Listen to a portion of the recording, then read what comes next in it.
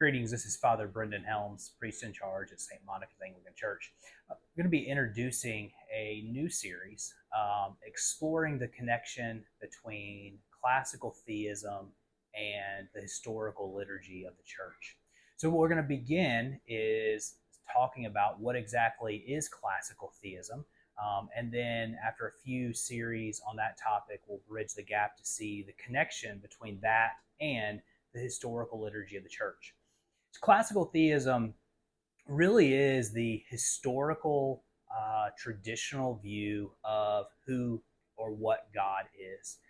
One would find this view of God in the church fathers, individuals like St. Augustine, St. Thomas Aquinas. And as in Anglicans, we might look in the more modern church to Father Eric Mascow, who in his book, He Who Is, provides a wonderful articulation of classical theism. So again, when we think about classical theism, we have these common attributes of God that we'll over the next few video series, talk about each of them. God as pure act, God as simple, God being eternal, omnipotent, omniscient, perfect, and there's others. We'll get into some that might be seen as more confrontational in the modern day church.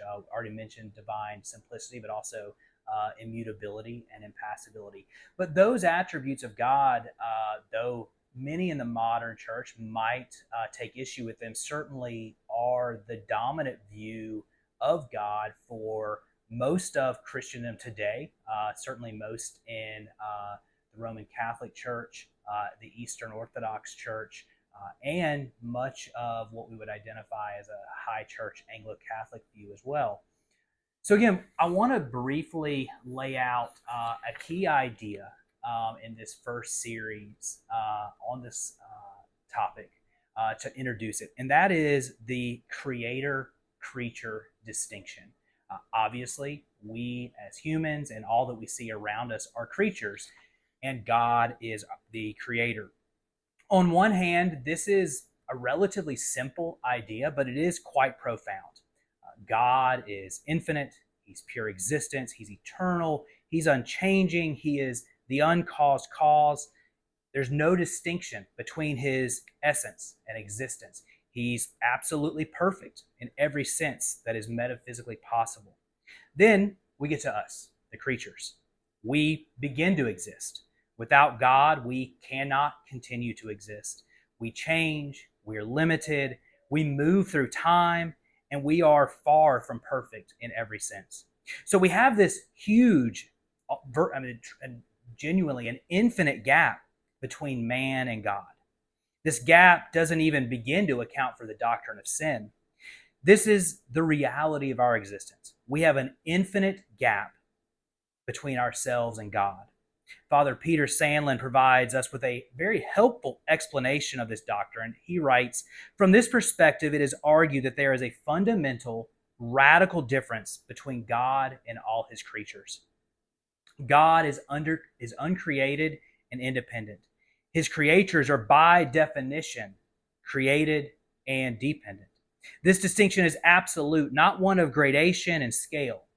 Even if you took a creature and scaled it up to the greatest possible extent of wisdom, it would not be wise in the way in which God is wise." Father Sandlin goes on to, in what is probably one of my favorite contemporary theological quotes, to say, "The fly on the ceiling cannot understand the nature of man because man is so much beyond a fly in scale of creation. But there is less interval between a fly and a man than there is between man and God. For man is a creature, and God is the infinite creator." So we see here Father Sandlin articulating this radical distinction between God and his creatures. And that truly is foundational to this idea of classical theism, these traditional classical attributes of God. And we'll see over the coming weeks that God and man, though of course God is the creator of man, and therefore we find certain commonalities between God and man. We'll get into what we called the doctrine of analogy related to that topic.